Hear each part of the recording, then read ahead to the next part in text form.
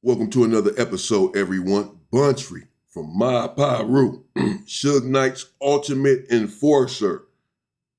Apparently responsible for a lot of violence and mayhem. I heard of this individual. Let's get into it. Welcome to Hood War Stories. In this episode, I'll be discussing the life of Bountry. Alton Bountry McDonald was born on February 5th, 1966, in Compton, California. He was raised in a single-story home on the east side of Compton, smack dab in my Piru territory. My Piru formed in 1977 when they branched off from Ludus Park, Piru. In 1979, at age 13, Bountry caught his first case when he was found with 12 guns under his bed. This is the time period Bountry became an active member of my Piru. He was big in size, so they called him Country Al, but since he was a Piru, they swapped the C out for a B, making it Bountry. Growing up, he was known for having lethal hands. Bloods and Pirus were known for their get down in the 70s and 80s, as they would have to fight outnumbered in YA in the county jails. In the 80s, his activity was at a high level. Bountry's status within the gang continued to grow. Posted up selling drugs on Bradfield and Stockton. When Santana Block crossed the dividing line and shot at them, Bountry and his crew struck right back. In 1986, the CC Riders were formed in the LA County Jail by Baby Gangster from Santana Block, with the purpose to unite all Compton Crips as one. Bountry and the mob wasn't with the idea of this Crip unification, so one day they gathered at the park to devise an attack strategy. While Bountry was preparing to do a drive-by, the police pull up and everyone scatters, and Bountry went to hide under a house. While he was under the house, a police dog was sent in. Bountry wound up choking out the police dog, causing it to flee. Bountry got hit with attempted murder on a police officer and took a plea deal for 8 years. While Bountry was serving his time, around 1988, his older brother Mob James connected with Suge Knight, and he would go on to work security for Suge during the beginning days of Death Row. Bountry served 5 years of his 8-year sentence, and when he got out in 1991, his older brother Mob introduced him to Suge and brought him on board. Mob passed the torch to Bountry and had him do things he wasn't comfortable doing, such as flying on planes with Suge. And when Bountry came to Death Row, the Pirus he brought with him from the mob were more cutthroat, which gave Suge the security feeling that he could not be touched, surrounded by killers. Bountry was down for whatever Suge needed him to do. To Suge, the loyalty of Bountry, Jake, and Heron was guaranteed, and those three were loyal to the end. But there were other mob members that weren't on the same page. An idea of kidnapping Suge floated around mob Piru members who felt they weren't getting paid anything. When the idea was presented to Bountry, he immediately shut it down. And this is what initially prompted Officer Reggie White Jr. to come on Death Row to help neutralize any internal threats. Let's fast forward to 1995. Suge's favorite and closest goon Big Jake was killed in Atlanta by an alleged associate of Diddy. After Jake's death, Bountry and Suge became best friends, and Bountry took Jake's spot as Suge's right-hand man. Bountry became Suge's main enforcer. It's said Bountry could bench press 500 pounds with ease. When Suge felt someone did wrong, he'd have him lured to the studio, where Bountry would allegedly beat them down to a bloody pulp. Suge's Can-Am Studios was the scene of various acts of violence, some stemming between the mob and the Long Beach Crips. One day, Warren G got his chain snatched by Bountry, which led to Trey D stepping in to retrieve it. Let's speed up to May of 1996. Most of the time, it was Suge and Bountry applying the force, but there were a few times where Suge's shady dealings backfired. Bruce Richardson and Suge Knight had attended high school together. Bruce was well known in South Central and ran a car wash on 54th and Crenshaw. He was formerly a Blood, but was welcome among the Rolling 60 Crips, and they welcomed him as one of their own. And of course, there are a lot of stories, legendary stories about Suge Knight in that studio, and individuals going to that studio being beat down, shot, pants pulled down, Suge sicking his dogs on individuals. Had these vicious dogs, he was sick on them, or act like he's about to sick on them, torture people in there. And allegedly, Bountry was a part of a lot of this violence at the studio. Bruce was also unbeatable in hand-to-hand combat. He had a black belt in karate, and his reputation as a street fighter was second to none. He was tall and had a powerful build, which put fear in a lot of people, including Suge. When Suge was on the rise with Death Row, Bruce decided to become a manager of rap groups to try to one-up on Suge. One of Bruce's rappers became tight with Tupac, and Tupac wanted him to join the Outlaws to provide backup vocals.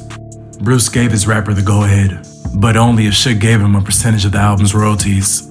After the album was completed, Suge refused to pay, and also persuaded Bruce's rapper to leave him. A furious Bruce confronted Suge a short time later. He shocked onlookers by slapping Suge and Bountry up. beating them down until Suge's mob could contain the fighter. Publicly humiliated, Suge vowed revenge. 2 weeks later, Bruce Richardson was murdered. Bountry and Neckbone were the alleged shooters. 2 days later, Bruce's girlfriend was also murdered. Within a week, both bodies were discovered, shot up and found in a car near some railroad tracks. Many people felt Suge and Bountry got the last laugh in that situation. Bountry was generally very well respected around the death row camp and had a good rapport with the producers and artists. Him and Tupac became friends, and Bountry embraced him in the mob when Tupac was fascinated with wanting to be a gang member. Fast forward to that night at the MGM Grand Casino, when Tupac ran up on Orlando Baby Lane Anderson and punched him. Bountry could be seen on camera stomping Orlando out. Orlando Baby Lane Anderson was a top gunner for Southside. He's alleged to have been dropping bodies since he was an early teenager. So after he retaliated that night and shot up the car with Suge and Tupac, Bountry gave chase and shot at the Cadillac with the Southside Crips in it. The Cadillac needed bodywork before it could be returned. Las Vegas Metro Police report from that night noted that Bountry's Toyota had been struck by a bullet. The report also stated that Bountry was uncooperative. Bountry continued to apply pressure if Suge needed him to. During that year, Suge had fallen out with the Crip over $50,000 to collect on the debt. Suge sent Bountry and 2 other Bloods to the Crip's apartment, where they surrounded his roommate, demanding to know where he was, ripped phone wires out of the wall, and blocked the doors and windows. For collateral on the $50K debt, Bountry took musical equipment the Crip and his roommate had scattered around the apartment. Aside from being an enforcer, Bountry was also running drugs. He was also instrumental in obtaining and distributing assault rifles from Piru. Him and Suge allegedly ran a money laundering operation that took in as much as $80,000 per month. Bountry easily became Suge's MVP within the Death Row organization. Tensions began simmering within Death Row's goon squad. At this point, Bountry... Why would he have to do something for $80,000 a month? Money laundering for $80,000 a month. Death Row was worth hundreds of millions of dollars. And why is Bountry in a Toyota?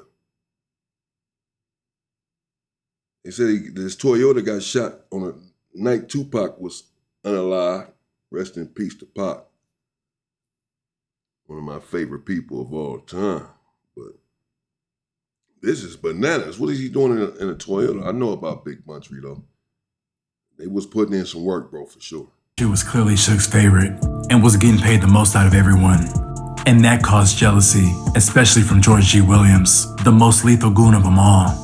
George was stealing parts out of Heron's lowrider. Suge found out and told George to return 2 death row cars. George refused, and he was subsequently kidnapped by Bountry, then shot in the ass by Heron. Murders in agony followed. On April 24th, 2000, Vincent Buchanan was found killed outside of a cemetery at Greenleaf in Central. V was good friends with George G and Lil Rod. Bountry and Brim Dave were rumored to have been playing the videotape of his execution in his living room. Lip Dog, who was playing both sides, went and told George about this tape viewing. On March 25th, 2001, George and another Piru bounced out with 2 AKs and let off 30 shots, killing Brim Dave on sight and severely wounding his girlfriend, nearly taking her arm off. The killing happened right in front of Bountry's house and was a clear message to him from George that he was coming. On April 3rd, 2002, around 2:30 p.m., Bountry pulled into a Shell station at Rosecrans in Atlantic. He had paid the station attendant and was about to start pumping gas when 2 men walked up and began shooting. Bountry was shot 4 times in the chest and died from his injuries. The assailants fled in a truck driven by a man with a ponytail. Police released a sketch of the suspect, and many are certain that it's allegedly George G. Williams. It's also believed that Eric Scardaniel was instrumental in setting up the Bountry murder. The day Bountry died, there were apparently 60 Mob Piru members in their front yard, but only 2 of them were down to slide with Mob James. George Williams had them shook. The next week, Suge linked up with Mob James at the funeral to show his respects. Eric Scardaniels was subsequently murdered 2 months later, in retaliation for Bountry's murder. Those 2 murders solidified the war between Mob and Looters Park, which is still an active war to this day. Bountry is remembered to be a respected general within his set and among the death row camp. That's crazy, man. That's how it ends for everybody, bro. Gunshots to the chest, gunshots to the head. They indeed took Bountry out. He was indeed putting in work. But this guy, George Williams, he was rejected at some point by Death Row, by Suge Knight. And he ended up returning, wiping out Death Row, and the death row members. I mean, cleaning them out. I'm going to have to get into this dude, George Williams, who they're accusing allegedly of killing Bountry. But they say that he came back and unalived quite a few members of death row because he got on the outs with Suge. As this individual just said here, Hood War Stories, that George Williams was accused of stealing car parts from whomever's car. And so they ended up falling out, and he came back and put in a lot of work on them individuals, bro. We'll get into it. Let me know what y'all think in the comments. Stay safe and stay free, people.